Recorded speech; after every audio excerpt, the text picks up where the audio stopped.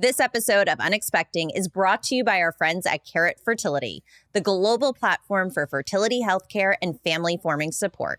Go to fertility.com/unexpecting to learn more. It happened so suddenly. It was this news that it felt like a cloud of fear just descending upon me within minutes of looking at this result. Hi, everyone. It's Olympic figure skater and broadcaster Tara Lipinski, and you're listening to Unexpecting. I started this podcast with my husband and now co-host Todd to bear it all about my untold 5-year and often excruciating journey with infertility. The goal is simple: to take this taboo subject and demystify it, to normalize these important conversations, and hopefully to find answers. Nothing is off limits, and over the course of the series, we'll unpack my fertility mystery, the trauma we've endured, and hopefully offer those struggling alongside of us some valuable insight. So laugh and cry with us as we ride this unimaginable fertility roller coaster, hopefully toward a brighter day. Because our path might be different, but it doesn't mean we're lost. Hi, I'm Tara Lipinski. And I'm Todd Kapistashi. Oh, are you trying to copy me? Well, you looked into your camera when you introduced yourself, so I feel like I need to. He's trying to copy me. I was just trying to make it a personal introduction. Well, I thought we were having a conversation. You're looking away from me. Conversation. Okay. All right, guys. This is the second episode of Unexpecting. Whoa, we got a title. We have a name, finally. We definitely went about this the completely wrong way. Yeah. We filmed the first episode, recorded an episode with no title. No name. We had a few on the list, but we weren't ready. We were toying around with unplanned for a while. That was good. You really liked A Silent Storm. So A Silent Storm. So I feel like it perfectly defines what infertility feels like for someone going through the process. It feels like there is this silence and isolation, and it's still a subject that's still so hush-hush and taboo. But at the same time, there's this raging storm around you. And that's exactly what I felt like. So I feel like I really related to that. But we had some good names. We had Golden Child.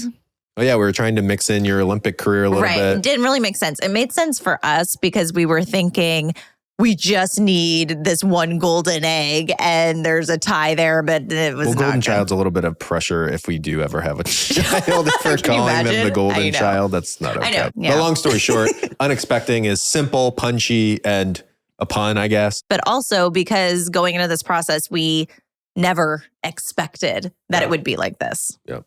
Well, where we left off in episode 1 of the Untitled podcast was some bad news. The first bad news we received on our journey so far, which was basically a failed retrieval. We sent off 7 embryos to be tested, genetic testing, and they all came back as genetically abnormal. So we got zero back, and it was a failure. It was a complete failure, yeah. So just take me back. We didn't really talk in the last episode about your reaction to that. Just kind of take me back, because I forget, honestly, it was so long ago, what your reaction was. How do you forget? I don't forget this at all. These are the differences between Todd and I. Well, we had a lot of similar What did you forget?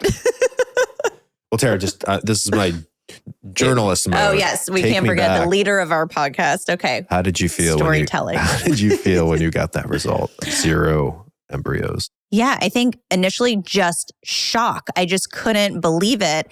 And I also felt like it happened so suddenly. It was this news that it felt like a cloud of fear just descending upon me within minutes of looking at this result. And I think that's because we started this process, not because we had issues, not because we tried to get pregnant, but someone told me their struggle in fertility. And for some reason, I just got really scared and thought, what if we have issues? And we started IVF. So it almost felt like this. A confirmation almost. It felt like a confirmation. It felt like, see, you did this to get this answer. And it felt eerie. It felt like this premonition. It felt like something was really wrong. And I can't explain it other than that. I just felt it in my bones. I felt like something wasn't right. And in our defense of feeling, or your defense of feeling this way, was that I think for me, it would have been one thing if we sent 1 or 2 embryos to be tested and both came back abnormal, because that happens. I think the fact that we sent 7 and 0 came back genetically okay, that was a little bit of an alarm for me because it's those 7. odds. Those odds yeah. aren't great. And I immediately look at results. You don't talk to your doctor yet. I'm on Dr. Google and I'm seeing all these women. I'm trying to find similar stories, but not really finding them. I see all these women sending out 1 or 2 embryos and getting back 1 genetically normal embryo. And that's just with sending 2 out. And then I have a friend who's simultaneously going through IVF, gets the results that she has 6 genetically normal embryos in 1 cycle. And I'm connecting these dots and saying, okay, something feels a bit off. We have 7. Those odds seem like the IVF gods are telling us there is a problem. You guys are probably infertile. Well, before we get to Dr. Beck's response or thoughts on our first retrieval and the failure in our mind, I just want to talk a little bit more about our ignorance going into this, obviously, and we talked a lot about that in episode 1, but even after this retrieval and during this retrieval, I sort of was under this impression that you walk into the clinic for our first retrieval, they retrieve your eggs, they take my sperm, they put them together, and you leave the office knowing what you got. Family of 4. Yeah, we're leaving as a family. We have our embryos in tow. Yeah, that's what we both thought it was going to be like. And it's not like that at all. Right, there's a process and stuff like falls off too. You go from like 20 eggs retrieved to this happens and this happens and this happens. Yeah, it's not a fun game. The drop-off rate is disturbing to say the least.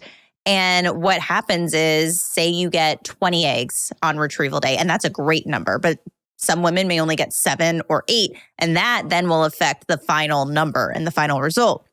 So they pull out the eggs, and then you have a drop-off rate from the eggs that were extracted to the next day when they tell you how many were mature, how many are healthy, good to go, and fertilized. Then there's a drop-off rate to how many get fertilized. Then there's an even bigger drop-off rate to how many make embryos, because that is a pretty big step.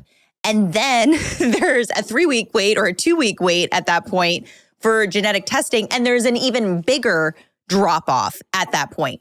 So your numbers that you start with are nowhere near where you end. Right. It's like these embryos are, storming Normandy, where to get to point A to point B, you're going to lose a lot of valuable soldiers. 100%. And when I walked into that clinic the very first day, I was shocked when Dr. Beck looked at me and said, 1 to 3 genetically normal embryos in your 30s is a great result. In my mind, and I'd love to ask other women that went to their first meeting at IVF when they were learning about what was going to happen in their retrieval, if they had the same reaction. Because in my mind, I thought, we're doing all of this for 1?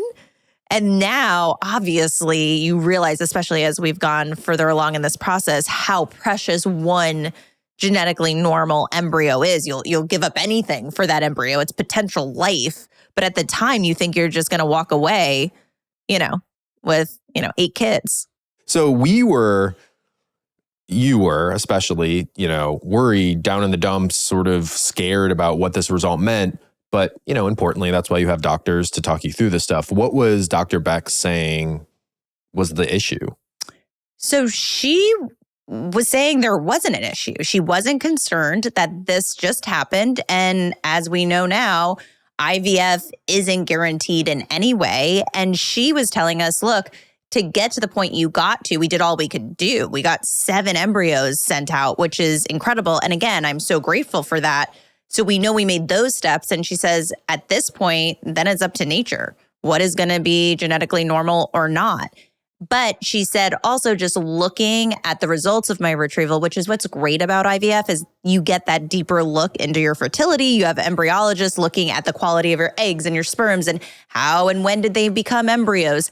And she was looking at all of these results. And she said she does suspect that there's that presence of endo that we talked about, endometriosis. Not only did I have the symptoms and she saw some signs on the ultrasound, but just how many post-mature eggs I had in this retrieval alarmed her to endometriosis and maybe a different timing and protocol. And let me just explain, this is when I wish Johnny Weir was sitting next to me, because you throw out all these big words of post-mature and you just don't know what any of this means. And I had no idea.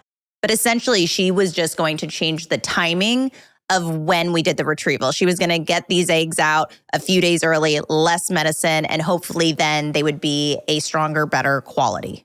Yeah. Well, this will be a theme running throughout this podcast, but we should also talk about, and I think this is probably true of a lot of couples and how men and women or men and men and women and women handle these situations is our reactions were a little different. That is a understatement. Well, I was concerned. Obviously, I was bummed that bummed. Oh, he was bummed. No, guys, it was shucks. It was more like he got the wrong coffee at Starbucks. It was like, oops, better luck next time. I was concerned, but this is just my personality. I tend to say, well, you're the one who went to school for 20 years for this. I didn't. So I tend to believe what doctors tell me. And Dr. Beck, like you said, was sort of like, this happens. There's nature. I also trusted her because, like you said, she would literally say to you, like, Tara, women come into this office and I have the uncomfortable conversations where it's like, your fertility is bad. You don't have eggs. You have this issue or that issue or that issue. Like, I will tell you. This isn't going to work. You need to do this. Or I will tell you when things are bad and things are not bad. This is try number one and there's some reasons why. And I tended to believe that. But, you reacted differently. I was on the other end of the spectrum and I believed Dr. Beck, like I said, but I can't talk to Dr. Beck 24 hours a day. You tried. I tried. But then I hung up and then it would just, the fear would start to creep in because it didn't make sense to me. I also didn't have knowledge or information at all about what IVF is, what post-mature eggs are. And I just thought something's wrong with our eggs. Yeah. Well, this is sort of an aside to all of this, but I just keep thinking back to those moments and they seem so long ago. I mean, they were 5 years ago. Todd, who was I? I don't even know who I was. No, but really we were different people. We were at different points in our career and it's just crazy like how long ago all of this happened. But what's funny is as you were talking, I was thinking, I think during that first retrieval, I was actually working on the Dennis Rodman 30 for 30 because I'm a documentary film director. I should just probably say I think he's one of the best out there. I may be a little biased, but watch he's getting red. I like that. But no, keep going though. Anything else you want to say? See, he'll now use the podcast as a place I feel like when the cameras aren't rolling, I don't get these sort of compliments. So keep it coming. Is that true? No. Words of affirmation is my love language. Yes, guys, let's break this down. His number one, people have two love languages. It's one and one. It's one and one words of affirmation. So you get a lot of that. But my point is, so I was working on the Dennis Rodman 30 for 30. And as a part of that project, I interviewed his ex-wife. And they have two kids together, Trinity Rodman and DJ Rodman. And so, I'm at the house setting up for the interview. And then Trinity, who was, I don't know, like a sophomore or a freshman maybe in high school, maybe middle school. I would have to do the math, but she was young. And, we're setting up and she bops down the stairs like, oh, hey guys, like, oh, want to interview me? I'm like a star soccer player, kind of as a joke. And I was like, yeah, no, we're okay. Thanks. And fast forward 5 years, she's like the star of the women's national soccer team. She's a big deal and you lost your chance. I know, I missed out on my chance, but the only reason I bring that up is it goes to show in the period where we're still doing our fertility, she went from being a middle schooler to like one of the best soccer players on earth, I guess. Well, this makes me think of just a big topic in the infertility community where you have, say, a friend that's getting pregnant when you start your first retrieval, similar to some of my relationships. And then all of a sudden, they're on to their second kid, and then their second kid is posting a first day at kindergarten photo, and you're still in the same spot, and life is just passing you by, and you feel like you're in this time warp. If I ever saw Trinity Rodman, I'd be like, still having fertility issues. Not sure if I mentioned that, but she's soon going to have her own She's going to have kids, before we do. She's going to have 7 kids, and we're still doing podcasts about our infertility. Oh, man. But back to the feelings of that first retrieval. To put it frankly, you were worried. I just felt like there was a problem and I needed to fix it. And I do this throughout my life when stuff gets hard. I just fall back into when I was an athlete and how I trained and how I put my mind to something and worked through it. And it was the only thing that felt like home, felt like comfort. And I just said, blinders on. I don't care about anything else. It was kind of like cue the Rocky music, like montage of you downing fertility shakes. This is exactly how it was. And I just became so focused on this is my first priority, my only priority. Life doesn't matter. Social activities don't matter. I canceled trips. I was supposed to leave for a trip in 2 days. I didn't care. The biggest social event in the world could be happening. No FOMO. Wouldn't matter. This is all that mattered. Work, social What would activities. be that biggest social event like that you'd cancel? Like the Met Gala? What's your like number Anything. one social event? I don't know, but anything could have happened. But I was like this too as a kid. You know, prom was a big deal. And I promise you, I didn't even have a thought about prom in my mind. Later, I really wanted a prom. And actually, guys, you threw me a surprise prom for like my 36th birthday because I never had one. And I started to think about prom later in life. But at the time, I was like, no, I got a triple flip to do. And, you know, I think back to my skating career. And that's how I was able to push through things. And my family's very hardworking. And my dad loves sayings. And I just feel like I grew up with the mantra of like, the only time you find success before work is in the dictionary. So I was like, I'm going to work my way through this. I'm going to work to those genetically normal embryos. So I started fertility acupuncture and I met Danica Thornberry. And I even just get little chills when I talk about her because it was just meant to be. I met her. Instant connection, soul sister. She's this intuitive, spiritual, floating fertility fairy, and which is an interesting match for you because not that you're not a fairy. I'm not a fairy. But no, you're a fairy in your own way. But you know, you're like a Jersey, no nonsense kind of. You're not really a very Zen this wasn't my thing. Even acupuncture, I like it, but I'd be like, okay, like really, what are we doing here? You know? And I just remember immediately I felt so comfortable with her. And I just sat on the table and I just like tears started coming down my face. And I was so vulnerable and felt so safe and just started telling her everything. And I think all these feelings were bubbling up for the first time in my life forever. And that's why I felt so overwhelmed and anxious, but I just was like, Danica, I just want to be a mom. I don't know if I put this off too late. And I want to see little Todds running around. And, you know, I was just on this spiral. One other related thing to Danica and your whole mindset during that period is she, also a very un-Tara-like thing, but Danica had you journal. Oh, yes. So I became a new person. I was meditating. I was, doing these affirmations because you really have to think fertile. You have to, the food you're eating, you have to believe it's going to make you fertile. Yeah, you would have these mantras. I would come down the stairs and I would just see you on the couch, like, I don't know, with headphones on being like, I will get pregnant. I am fertile. I'm a fertile crescent. I was in it. I was like ready to just do whatever was asked of me. I am woman. I am woman. Hear me roar. But no, I journaled, which was also hard for me because I am not a big journaler so ever. I'm starting to laugh here as you talk, just because you've read me some of the entries, and while some of them are awesome, the whole journal, it's very formal. Yes, Todd is like, you write like you're the Queen of England. No, it's like it reads like a Tolstoy novel or something. I don't know.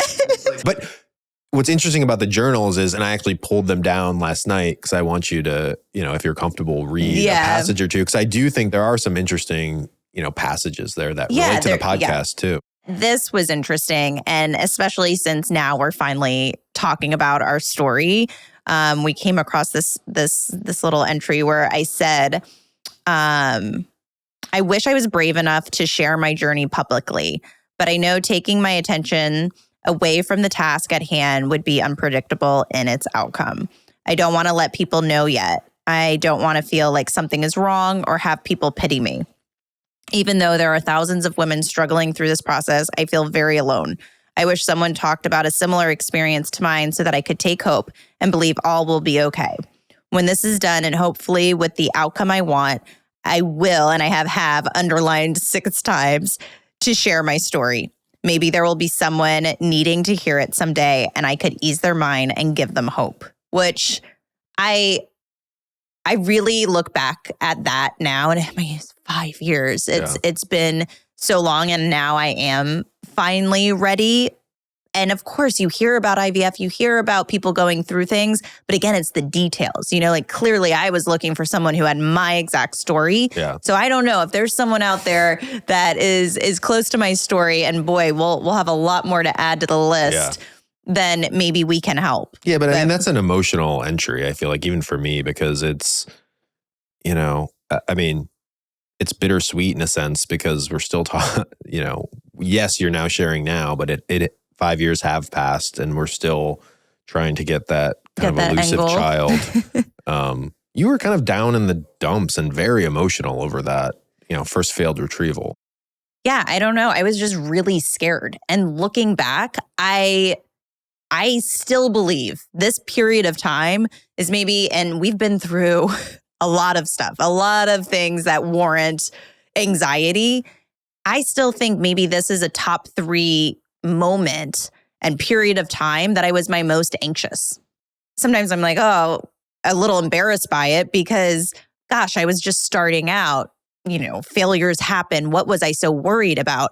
But I think for me, it was such a shock. It was, my life changed in one moment. I was having these big life thoughts where I was thinking about us and family and things that I, for 36 years, had never thought about. And then thought, oh, wait, someone's taking them off the table. And it's one of those things where all of a sudden you don't even know if you want something that badly. And then someone takes it away from you. And then that's all you want. That's all you can think about. And it becomes an obsession. And I have to hold space that I had those feelings and I was scared for some reason. Because of that first failed retrieval, we decided obviously to do a second one. And that was June 9th, 2019, the day before your birthday. Yeah. The lead up was a lot different than the first one. There were more nerves. There seemed to be more stakes, right? And the stakes were so high. We were not naive anymore. I wasn't out drinking with my friends at dinner.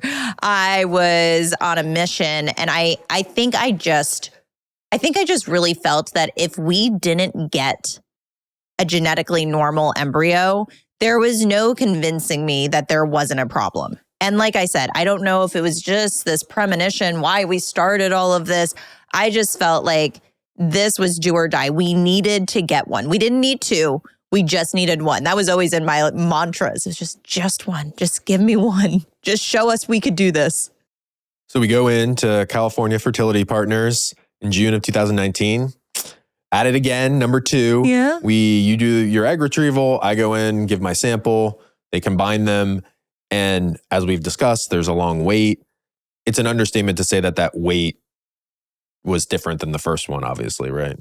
This time the wait was very different. The first time I was out drinking, having fun. I wasn't even thinking about it. We had great numbers. I was like, cool, we're going to have some kids on ice. Yeah, this time you were like a doomsday prepper, like in your bunker, not speaking to anybody. I was like, we got to wait it out. And the wait is so long, that 3-week wait is just endless. Okay, so drum roll.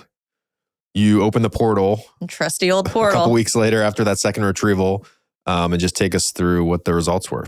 Yes, we got the text message. I opened up the portal and it said that you have 2 genetically normal embryos. We did it. It's over. We did it. A girl and a boy. And I didn't even care. I just wanted 1 and we got 2. IVF is so easy. It was over. It was 8 months. We crushed it. Boy and a girl. We're done. That's kind of what we felt like. I thought we were done. I just remember that day feeling so incredibly happy, obviously, and proud, and just couldn't wait to call you and tell you we have a little girl and a little boy on ice, and we did it. And our worries are gone, and I worried for nothing, and it's over, and here we are. Yeah, it did seem like at that point, we can't understate the fact that we did kind of just think, it was done. All the worries we had about, any genetic issues were over, and getting 2 was 2 great. was a bonus. I just wanted 1. Yeah. And I thought, okay, next, now we have our insurance and we're good to go. And now a quick word from our sponsors. I wanted to give you a little more information about a test that I took on my own IVF journey, and one that I think is important for women as they begin their journey of building a family. This test is ReceptivaDX, and it identifies inflammation on your uterine lining, usually associated with endometriosis. If you are someone who suspects that they have endometriosis, this is a crucial test to learn about and ask your doctor about. If you have inflammation on your uterine lining, this could potentially jeopardize implantation or pregnancy.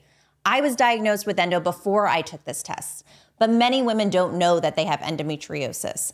These women can have silent endometriosis without any symptoms to alert them. If you have experienced recurrent pregnancy loss, have had at least one IVF failure, or have been diagnosed with unexplained infertility, this could be the test for you. For me, it was important to rule out inflammation on my uterine lining to have a clear plan for next steps. I hope this information was helpful, and please ask your doctor more about this test or go to receptivadx.com. One side note too about just IVF in general is how uninformed I think the general public is about what IVF actually is. And I didn't even know this either, but I mean, essentially, when you go in for retrieval, they take your egg, they take my sperm, they fertilize it together and wait to see if it matures into anything after a few days. And literally, it's literally and figuratively, they freeze time. They freeze the embryo to later be thawed and then put in your uterus, and hopefully you have a live birth. But, we should probably talk about this, and it's a little bit, again, of a touchy subject there are people who think that process is wrong. See, this is where you lead me. The leader of this podcast leads me into an area where I get a little angry. Well, I'm a journalist here also, so I'm going to poke and prod at this important issue. But I know you probably have strong feelings about that. But I think the argument is we shouldn't be playing God, or we have a medical issue, and thank goodness that there is technology out there that we have the ability to even try for this child. And I think when people say that, it just blows my mind because, are you saying all those little beautiful IVF children that are running around the world are not meant to be here or shouldn't be here? It's ludicrous. Well, it's also silly that just that argument of playing God is, well, as technology advances, would you just not use it? Like when we started doing triple bypass surgeries for heart, failure, do we just let that person die? Or if you break your leg, just sit with it. Don't put a cast for the rest of your life. Yeah. So yeah, I think the playing God thing is kind of silly. And I think some people think, people just do IVF for fun. Maybe, I don't know. IVF is not fun. It ain't fun. So people are going because there's a medical issue, and it's, physically, emotionally, it takes its toll. So for me, I'm staying calm, but thank goodness we have IVF. So we've sort of said this already, but at this point with 2 of these embryos, I think we both thought we were just done with this, right? Oh, yeah. It was over. That was our last retrieval. Moving on. We have the insurance. Let's go on vacation. That was my mindset. I did it. But we did get info from Dr. Beck that changed that a little bit, right? Yes. At our next meeting, she just very calmly said, well, how big of a family are you guys thinking you want? And I just feel like I need to kind of tell you that how we think about it is 2 for 1. For every 2 embryos, 1 live birth, because when you put that embryo in, even though it's genetically normal and a great embryo, it's just nature, science, life. Yeah. It's about a 60 to 65% chance that it works. So all of a sudden, it was like the balloon just deflated. And I was like, what does this mean? Does this mean we have to do another retrieval? Back to the fertility diet. Right. Back to the fertility. But at this point, I was still a little thrown off by our whole experience. So it wasn't like I just blew her off and thought, we'll be fine. We'll get pregnant naturally. That first failed cycle definitely had an impact on me. So I immediately thought, here we go. We got to do retrieval 3. So we did decide to move forward and do a 3rd retrieval, which was in scheduled for early February of 2020. But back up a couple months, Christmas 2019, the end of the year, something happened to kind of complicate that retrieval. You complicated it. How so? We were on Christmas vacation in Montana in this cute little cabin with, 10 foot of snow outside, and you turn to me and you say, I don't feel good. And then fast forward over 4 days and you had a raging fever of 104. Yeah, it was 104.3, I think was also, the highest. Who has fevers that high? I feel like if I'm at 103, I am out for the count. You were just in there suffering. And I was, remember I was telling you, we've got to go to the hospital. And I was trying to Google, when is a temperature too high? When does he die? We've got to take him immediately. It was bad. Yeah. And we didn't know. So we had started, the process of a 3rd retrieval. And I naively didn't think about a fever being a possible complication. And it's an issue. It's an issue. And especially when it's this high of a fever. You know, you didn't have like 100 or 101 fever for a day. You were, you know, a week straight of just fire over there. Your whole entire body was full of fire. Other places apparently too were on fire. On fire. 2 places. But yeah, so I didn't really alert the doctor to how sick you were. And we went through with a retrieval. And we can skip all the drama. Yes. What were the results of that 3rd retrieval, Tara? Yeah, we opened up the portal on day 5 and it was a big fat 0. And nothing. We got nothing. And, you know, I remember talking to Dr. Beck and I was, again, the fear creeping back because we got those normal embryos. But I have to say, there was still something that just really frightened me from that first retrieval that just felt off. And I was like, Dr. Beck, are we okay? What's happening? And she just said, oh my goodness, I'm looking. It seems to be like a sperm issue. You know, because they're able to look at the sperm on the day of the retrieval, and then, you know, at certain points, and if it arrests the growth at a certain point, it can be an indicator of sperm. So she said, I think this is a sperm thing. We started talking.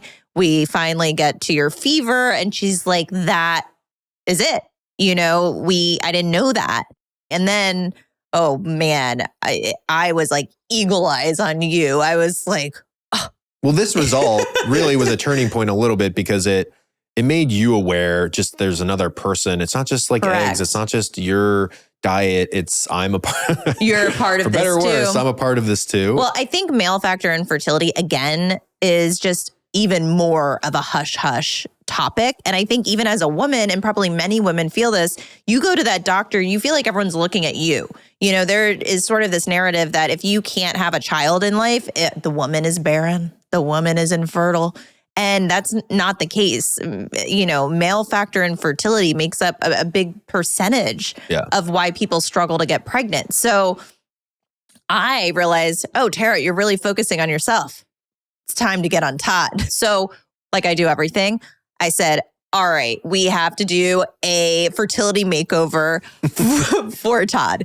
And we went to Leona Fox West, who is a brilliant holistic doctor that I see. And she ran so many tests on you, allergy test, deficiency, vitamin. Like we knew everything. Meanwhile, I was like, yo, I had 104-degree temperature. Like, no, it's okay. Yeah, no, you were on the hook for all of this. So we put Todd on some supplements, and IVF gals out there, I'm sure you can relate to this.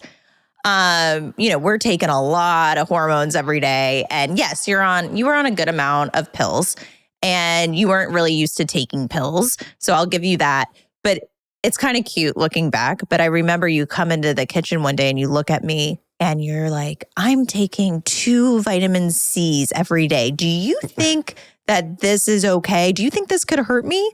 And meanwhile, I'm in the kitchen doing Breaking Bad type work over there, shooting myself up with, you know, all types of vitamin hormones. C can be dangerous. People out there should know. Right. But a doctor was watching. But Tara's being too nice, I think, about this. Like it is hard. I think you come home and shove a bunch of pills in my face and say, hey, these are the like 10 pills you're going to take basically in perpetuity. And I, like you mentioned, I'm not a pills person. Yeah. So I think just like, what are these? Like, what's this green one? What's this red one? And there were a lot. And I know, look. Yeah, it's vitamin C. Yeah, they were very harmless. It's like, it was like vitamin C and D and fish oil. Like Flintstone vitamins. Could these hurt me? Yeah, it was like kind of salmon in a capsule. And I was like terrified to take that. But again, does this go back to just fertility in general and the lack of knowledge and awareness around it? Like, you know, if everyone knew with male factor infertility type problems that, vitamin C and vitamin D could, over a 3-month span really improve, your sperm count and numbers and all of these things very safely, then maybe you would have felt way more comfortable doing it. I think people just don't talk about any of these things. So you're probably like, what? Like, what are you giving me? Yeah, I think probably even early on, it was a little bit of an ego thing, but my response, Really? well, my response was probably like, well, okay, Tara, like I had one of the worst illnesses I've ever had. I had a fever that was probably, I should have been hospitalized Yeah. for like 3 days. And then we went right into a retrieval. And the doctor said like that ruined your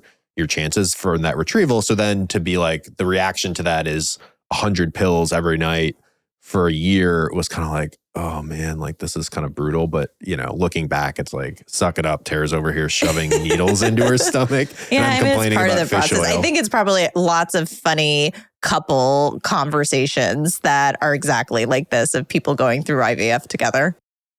So now it's a sad portion of our program here. We're going to talk, well, sad and happy. Where are we going? We get to reflect on our Dublin Lipinski. Aw, my baby boy. If you follow Tara on social Instagram, media, you know this Dublin. is not a shock. We Yeah. also have like a 10-foot painting of Dublin hanging above our fireplace. We definitely do. You got that for my anniversary, for our anniversary a few years ago, and it is by far the best gift you have ever given me. I'm not kidding, guys. It is a 5-6 foot tall painting of him. It is stunning. Just to give you an idea, and I'm sure there's a lot of dog people out there, but we are those dog We're people. weird. I never wanted to be the weird. We're the weird dog people. Like who think their dog is like the greatest. Yeah. Like everyone thinks that, but I know everyone does, and so do we. Like, but still having that rational thought, I still think Dublin's the greatest dog of all time. he 100% is. This dog has been dead for 3 years, and if we mention him less than 10 times a day, that is odd. We usually go to bed having a little chat about, with Dublin. Yeah, I what mean, there Dublin's is up to. also a very funny story for another time that when I was sad, Todd made up of like Dublin living in Wuhan, China, and that he had something to do with COVID. He's also not the smartest dog. Yeah, he wasn't, but there's like this whole silly thing. And now we have another small dog, Dublin's brother, same breed, Sullivan. So we'll be like, Sully, what's Dublin up to in Wuhan? They talk sometimes. Yeah, they talk sometimes. But again, sorry guys. Yeah, Tara, stop. Stop. All right, we get it. You like your dog. But, on a more somber note, and this all made, and we'll talk about it in later episodes too, how Dublin's health devolved. But what complicated our difficult fertility journey was also this beloved dog was diagnosed with pretty bad cancer, right? Two cancers. Yeah. He was misdiagnosed. He hurt his leg one day. We went there. They said he's fine. A couple months later, went in and it was a dire situation. And then they not only found the cancer, in his leg, but then over his eye. And it was pretty much like your dog is, not going to be here for a very long time. And you have two choices, either, let him go or you can amputate his leg. And that was a huge choice at the time. And this is for another dog podcast, but it was the best decision we ever made. He was the happiest dog. He swam, he jumped, he ran. He was brilliant. And we made that choice. But going through this at the start of COVID, going through all this infertility stuff, it just felt like we couldn't get a win at that point. Yeah. And then, before we had Dublin's amputation surgery for, what trip was it? Valentine's Day, I think. We went to Northern California, which we were calling, it was Valentine's Day for us, but we were calling it his last leg trip. Last leg trip. So and we got a professional photographer to take pictures of him with his last leg. And we did like paw prints and cement and we did all these silly things. Meanwhile, I hate saying this, but not that What are you gonna say? Not that it wasn't a great idea to get the photographer, but if you remember, the poor fucking dog, he had cancer on his eye. So they shaved. They had shaved half of his face, and it was kind of like, Dubby, but like half of his face was completely shaven, and it looked like kind of just a skull. And then of course his other leg, where he was going to have the surgery, was all shaved too. Yeah. I thought he was beautiful though. Remember, I was like, look at these pictures. But I kept telling the photographer like his left side, like she was taking pictures of like the right side of his face. You're like the other side. Like what are we doing? The other side. But wait, back to the point of this podcast. You mentioned Valentine's Day because you were going to do a sweet trip to take me away. And again, this is the beginning of where our life really started to change and become so fertility focused, I think. And I look back and it's so many holidays, so many, vacations, so many important moments and dates in our life that were clouded by IVF.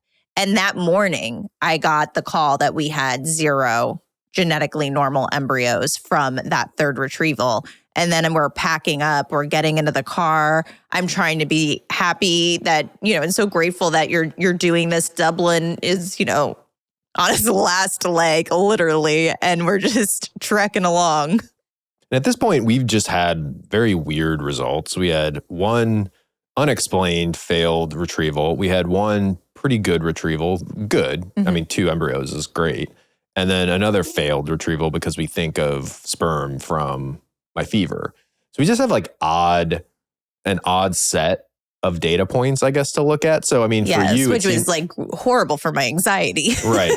And I think that's kind of where you, I think, took control of the information train, where you went into hyperdrive. What's the train they're trying to build from like LA to San Francisco? That is an understatement. Yeah.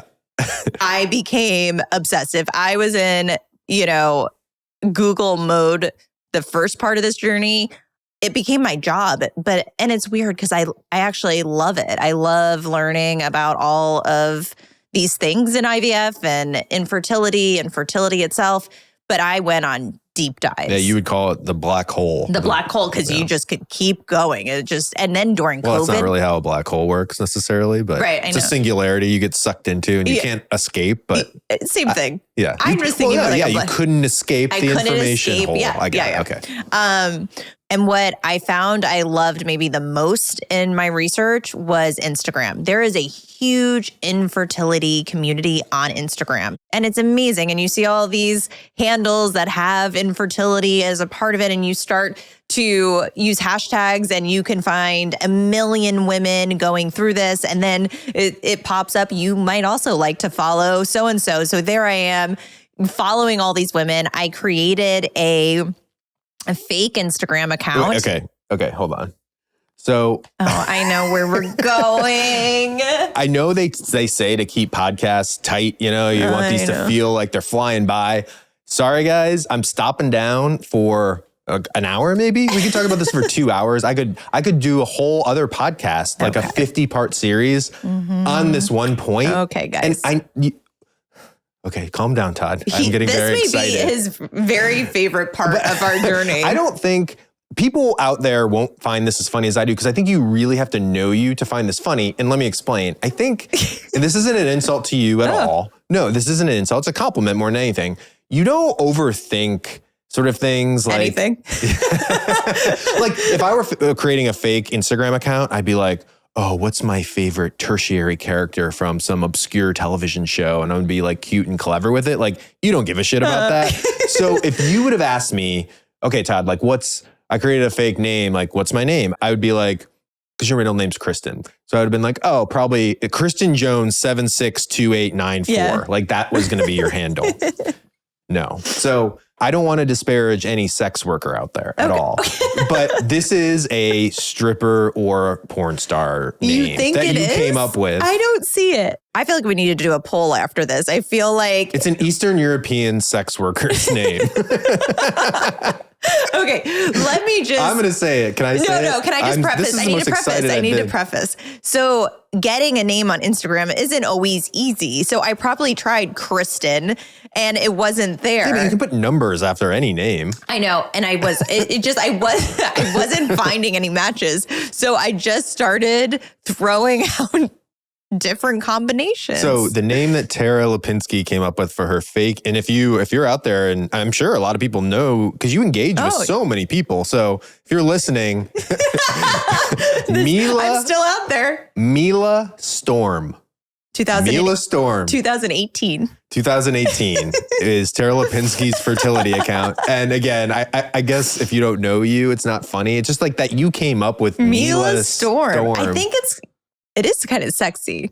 We're joking about the name, but like it really is. It opened my eyes to, you think about Instagram, Twitter, like these time sucks. But this is like a real, on Instagram, there are these subcultures of people following each other, getting information. But like you said, and you hinted at this, like you more than I did, but like lived and died with some of these journeys that you followed. You get so invested into these women's stories They are documenting their every day. They're documenting their cycles, their retrievals, their transfers. They're taking you to the doctor. You're seeing the scans. You're getting their blood work numbers.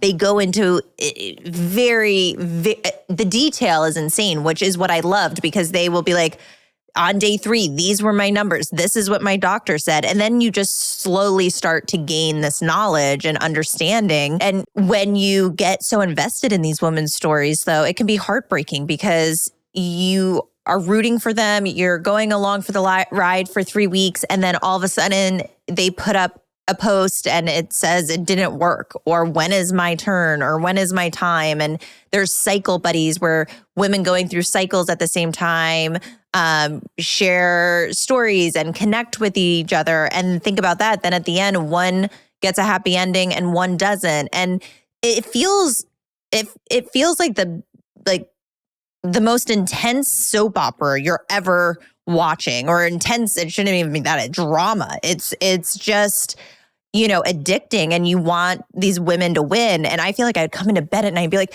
Todd, wake up. This person's got their last retrieval. This is her last retrieval. You know all about their family. You know about what's at stake. They've quit their job. They've moved across the country. They're finding companies that give them insurance. I actually would be affected when it didn't work for some of these women. And I felt like the rest of my day, I was so emotional. So anyway, there's a whole world out there. So at this point, we've had 2 failed retrievals and 1 successful retrieval, but we hadn't yet tried to transfer one of these embryos to you for a pregnancy. Like, why not? Why not see if it was going to work? Well, that was, I think, what we thought would happen. We got the 2 and we were going to go on vacation and then just plan it and have 2 kids. And I think Dr. Beck telling us the 2 for 1, if we wanted more than 1 child, which we definitely did, that would be the dream. And then we looked at my age, and I had just turned 37, and we just started to put all of this together, and we started to think, well, when are we going to transfer, with work, with all of the things that we had going on. And then we've had a lot of struggles getting just these 2. Does that mean we need to do more?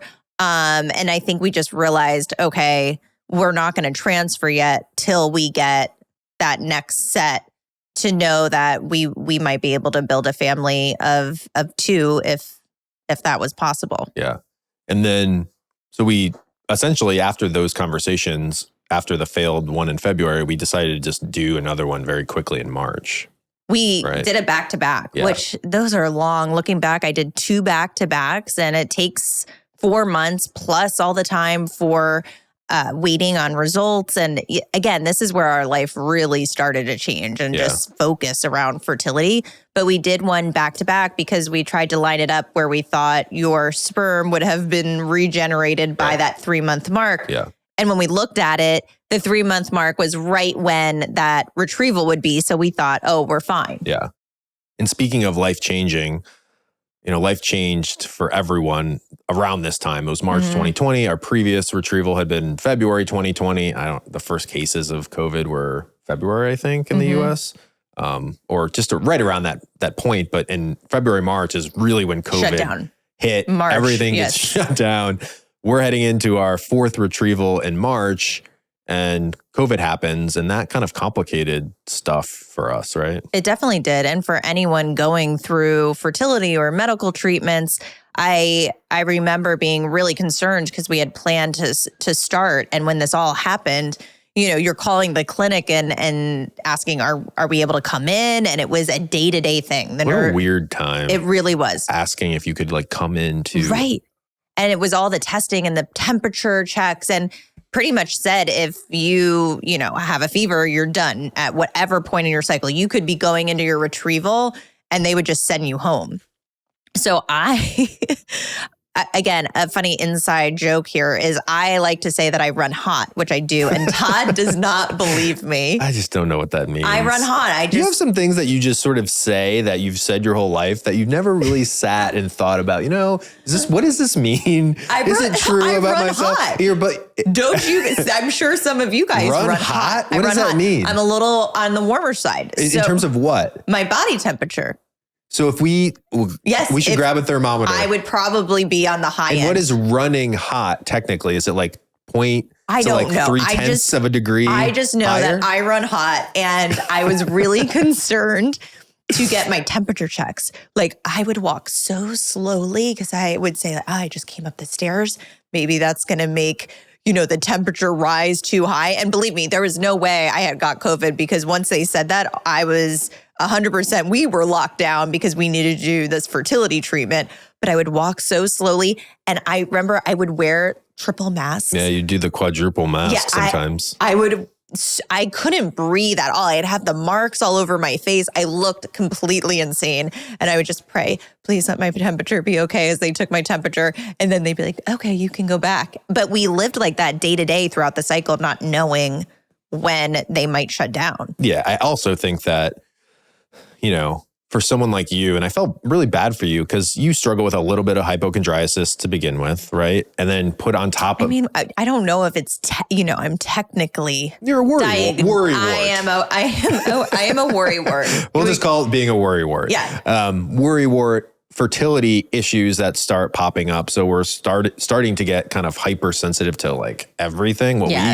I had gotten sick and messed up our retrieval because of the fever and the sperm and all that. Then on top of it, COVID hits and we're kind of locked down, and we don't, we forget, but no one knew how bad COVID was in like February of 2020. Oh, no. So it was a very, I don't know, it's kind of like a terrifying time to doing with COVID. Yeah. We were washing down our groceries, but I guess the good thing was I had so much on my mind that, I guess I was dealing with COVID and dealing with fertility. So wonder what it would have been like if I was just dealing with COVID. You would have had to have been walking around a hazmat suit inside the house with me. So March of 2020 is our 4th retrieval. And, we've been building up the drama to these retrievals. I don't think we have to do that for this one. Basically, this was right at the 3-month mark of my fever and maybe my sperm recovering. We log on to the trusty portal, and what'd you see? Well, in a nutshell, we got shit. That's what we got. Yeah, we got shit. Yeah, we got nothing.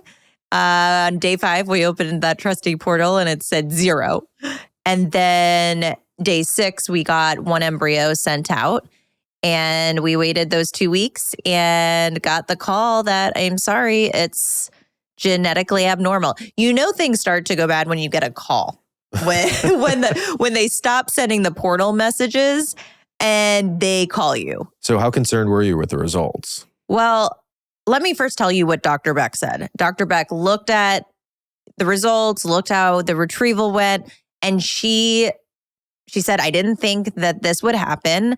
We thought that there'd be enough time for Todd's sperm to recover, but the sperm seemed to be an issue again on this retrieval. So she thought it would have been okay by this point, and I started to worry, well, then maybe something's actually wrong with your sperm and it's not the fever. So my mind was going a mile a minute. And then when you think about it, I just started to feel really funny because we were doing this for close to a year at this point, and we did 4 retrievals and we sent out 13 embryos, and only 2 of them were normal. So 11 of them were abnormal. And I just thought, there's got to be a problem here that it's clear.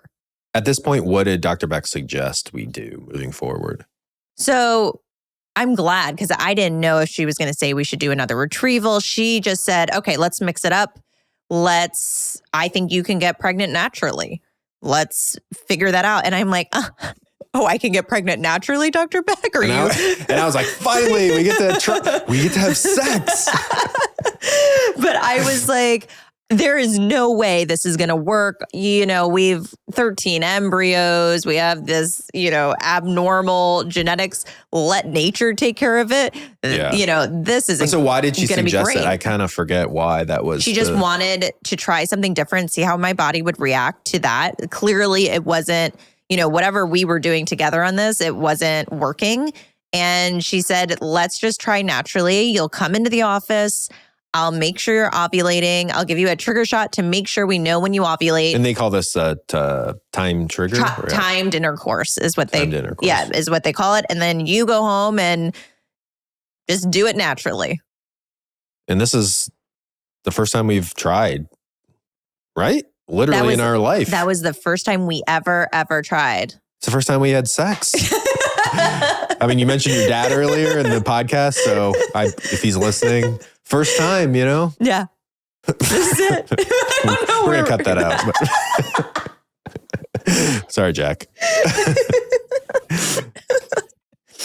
So this is May of 2020, timed intercourse.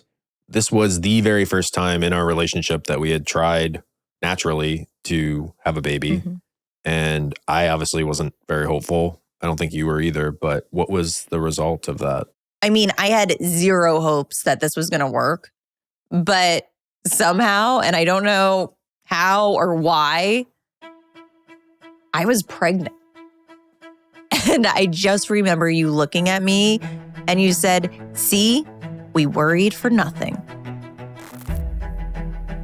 Thanks for listening to Unexpecting the podcast. Please subscribe, leave a review, and follow Unexpecting Pod on Instagram for info about upcoming weekly episode releases. This episode of Unexpecting was brought to you by our friends at Fertility, the global platform for fertility healthcare and family forming support. Go to carrotfertility.com/unexpecting to learn more.